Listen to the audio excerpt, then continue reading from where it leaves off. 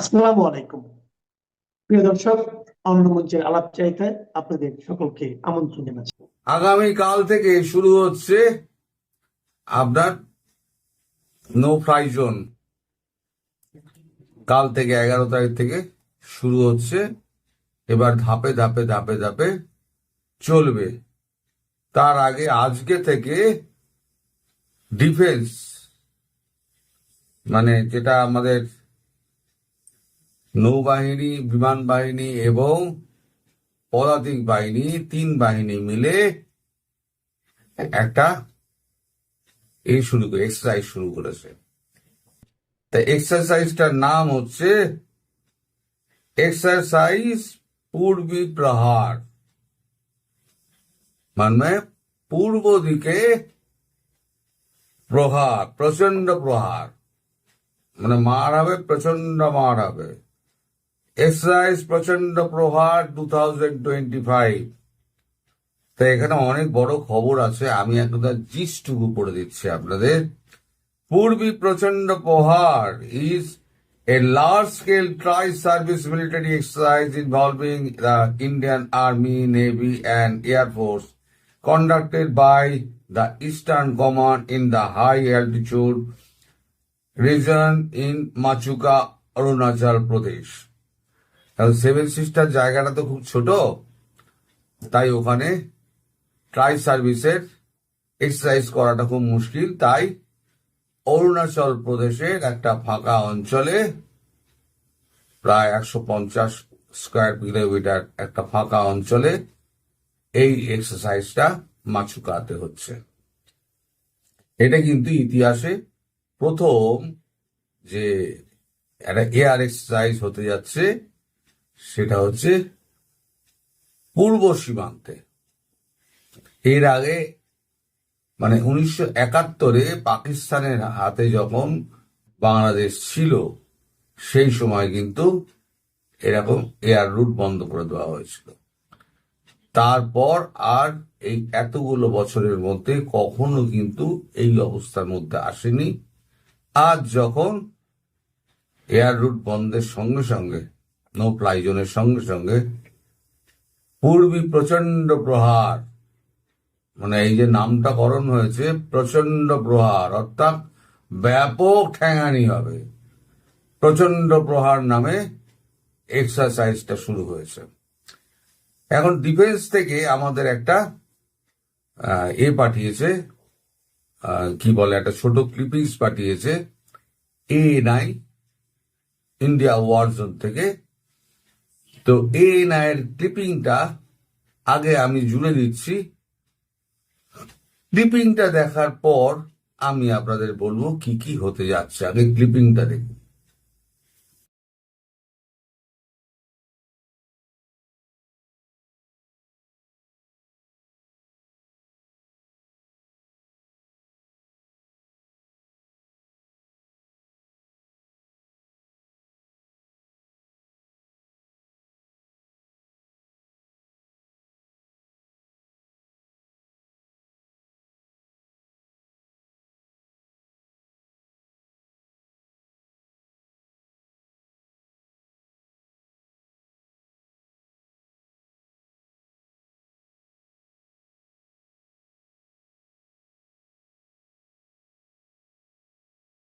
এই যে ক্লিপিংটা আপনারা দেখলেন, এই ক্লিপিংটাতে আপনারা হয়তো খুব লক্ষ্য করেননি, ছোট 46 সেকেন্ডের ক্লিপিং তো লক্ষ্য করেননি, ওখানে নেভিও রয়েছে।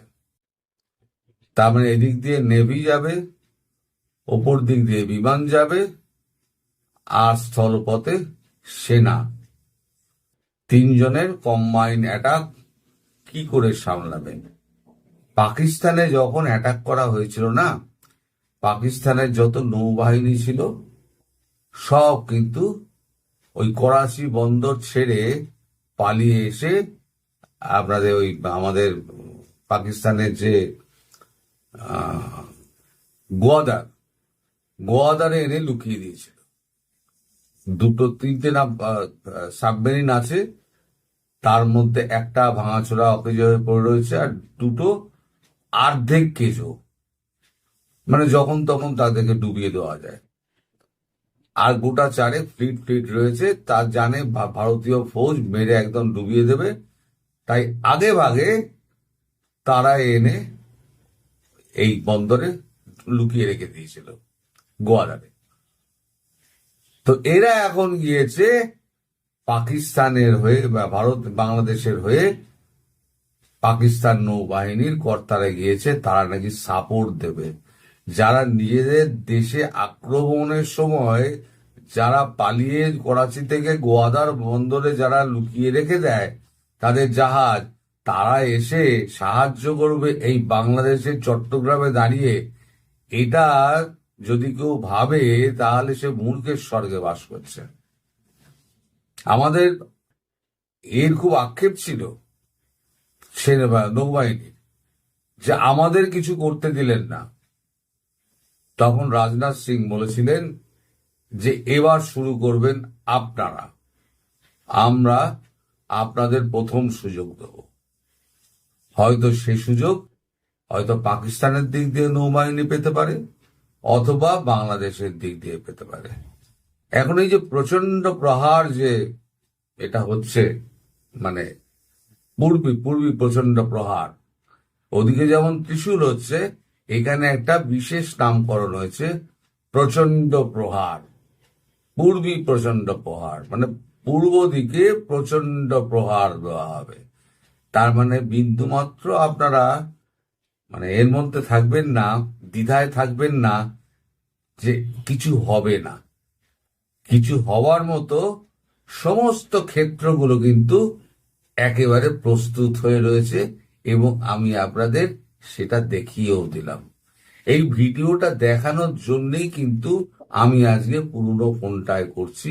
হয়তো ছবি টবি একটু ঝাপসা হতে পারে, আওয়াজটা কম হতে পারে, কিন্তু এগুলো আপনাদের দেখানোর দরকার। আমি যদি এরম ভাবে দেখিয়ে দিতাম তাহলে আপনারা বুঝলেন না।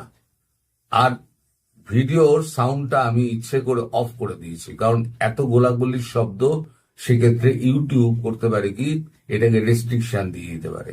তাই গোলাগুলির শব্দগুলো এড়ানোর জন্য, শুধু আলোর ঝলখানি দেখানোর জন্য আপনাদের ওই ভিডিওটি দেখালাম।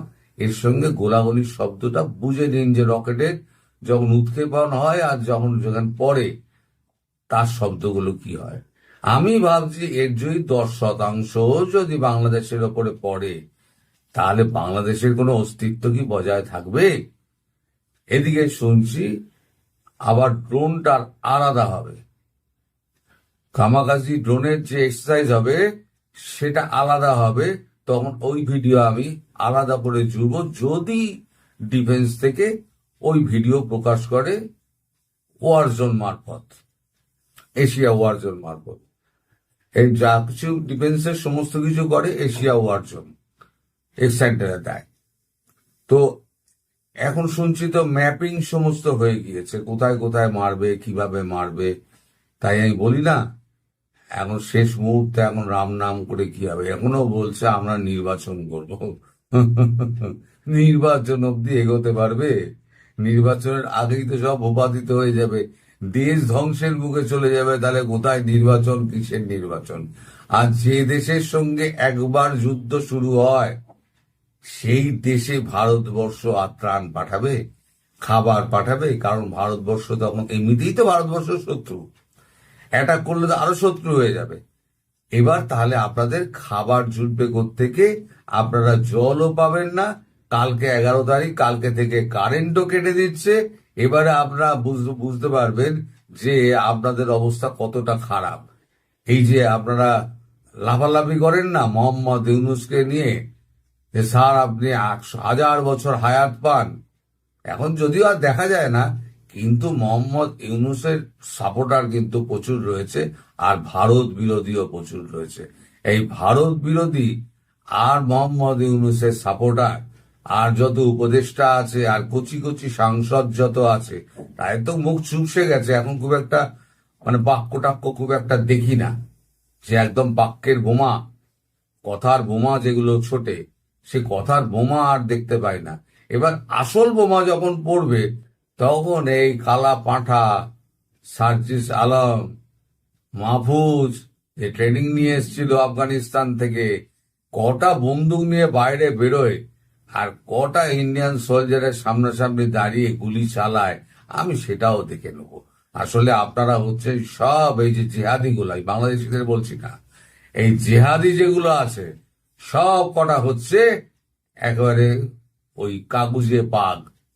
এরা বাইরে থেকে হালুম হুলুম হালুম হুলুম করবে।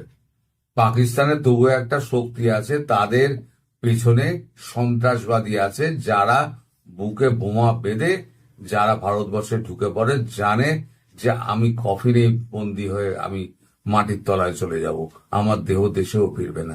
সে সাহসও আপনাদের নেই, সেই সাহসও আপনাদের নেই যে দেহে আপনি বিস্ফোরক বেঁধে নিজে উড়িয়ে দেবেন, সে সাহসও আপনাদের নেই।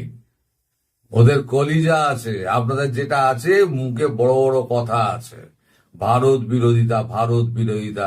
এবার ভারত বিরোধিতা যাতে 100 বছরের জন্য চুপ করিয়ে দেওয়া হয় তার ব্যবস্থা করা হচ্ছে। অনেকেই একটা ধোঁয়াশার মধ্যে আছে এখনো যে ভারত আক্রমণ করবে না, যত কিছুই হোক ভারত আক্রমণ করবে না। কেন? ভারতকে বুকে লালিপাপ দিয়ে বসে থাকবে? আপনারা যা খুশি তাই করে বেড়াবেন, আপনার 7 সিস্টারকে আপনারা জুড়ে ম্যাপ জুড়ে আপনি অন্য দেশের লোককে আপনারা দিয়ে দেবেন, মানে একেবারে আনুষ্ঠানিকভাবে তার হাতে তুলে দেবেন, আবার দেখিয়ে দেখিয়ে করবেন যে হ্যাঁ এটা দেখাচ্ছে, এটা দেখো আমরা দিচ্ছি। ভারতকে উত্তপ্ত করার যত রকম পথ আছে, আপনাদের ডক্টর ইউনূস সব পথ অবলম্বন করে নিয়েছেন। এবার তিনি তার কর্মফল, তার যে পরিণতি, সেই পরিণতি তিনি অপেক্ষা করুন, পরিণতির ফলাফল তিনি অবশ্যই পাবেন। আমার আর বেশি কিছু বলার নেই। আমি বলেছিলাম না, এবার কর গুনুন, সব দেখানো হয়ে গেল আমার। মানে আমি যেটা বলছি সেটা কোনোটাই হচ্ছে মিথ্যে কথা নয়। ভারত কতটা প্রস্তুতি নিচ্ছে রাজনাথ সিং পরিষ্কার বলে দিয়েছেন। আর আজকে থেকে পূর্বী প্রচন্ড প্রহার এক্সারসাইজ দিয়ে ভারত বুঝিয়ে দিচ্ছে যে কোনো দিন, যে কোনো সময়, যে কোনো টাইমে আপনাদের ওপরে আঘাতটা নেমে আসবে। কাল কারেন্ট বন্ধ হবে, এখন ডিজেল বন্ধ হয়ে যাবে, তারপরে আক্রমণ হবে, একেবারে বাংলাদেশ ধূলিসাৎ হবে। তারপরেতে ছোট আক্রমণ করলেই বাংলাদেশ শেষ হয়ে যাবে, বড় আক্রমণ করতে হবে না। তবে একটা ব্রহ্মোস মারবে, আমার কথা মিলিয়ে নেবেন। একটা যখন ব্রহ্মোসকে যখন উত্তর দিনাজপুরে পাঠিয়েছে টিমকে, তাহলে একটা ব্রহ্মোস অন্তত মারবে শিক্ষা দেওয়ার জন্য। একেবারে পুরো কেন্দ্রস্থলে যেখানে যেখানে মারার সেখানে একটা বেছে রেখে দিয়ে সেখানে মারবে, মেরে ওখানে 250 ফুট কি 300 ফিট গভীর একটা গর্ত খুঁড়ে দেবে, দিয়ে ওখানে জলাশয় বানিয়ে দেবে।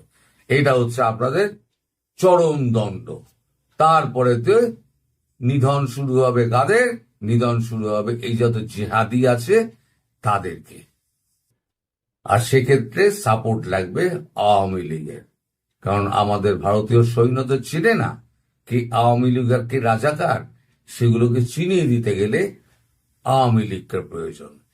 আমি ঠিক সময় মতো বলে দেবো যে কোন সময় আওয়ামী লীগকে পথে নামতে হবে এবং এই রাজাকার বাহিনীকে ছিনিয়ে দিতে হবে। কারণ এলাকার রাজাকারকে আপনারাই একমাত্র আইডেন্টিফাই করতে পারবেন, আপনারাই রাজাকার দেখিয়ে দেবেন, কোমরে দড়ি পরিয়ে ভারতবর্ষে নিয়ে আসা হবে, সূর্যের আলো আর দেখতে পাবে না। আর মোহাম্মদ ইউনূসের কি হবে? আমি তা বহুদিন ধরেই বলে যাচ্ছি, ওনার শেষ মানে দিনগুলো অত্যন্ত করুণ হবে, অত্যন্ত করুণ হবে। বাকি উপদেশটা যেগুলো আছে সেগুলো যদি এদিক ওদিক ছাড়ও পায়, অত্যন্ত করুণ হবে। এখন ওই আমার ভারতবর্ষের কথা অনুযায়ী আমার যে ভিডিওটা, সেই ভিডিওটা করার পর 2-4 জন করে আস্তে আস্তে জামিন দিতে শুরু করেছে। এটা ভালো কথা, যদি দয়া দাক্ষিণ্যমান, কিন্তু প্রহার তো হবেই। যা আপনারা করেছেন তার জন্য প্রহার আপনাদের প্রাপ্য, প্রহার আপনাদের হবেই। এখন শুধু অপেক্ষা করুন। আমি আর বেশি বড় করব না, এখানেই শেষ করছি। সবাই ভালো থাকবেন, সুস্থ থাকবেন এবং সাবধানে থাকবেন।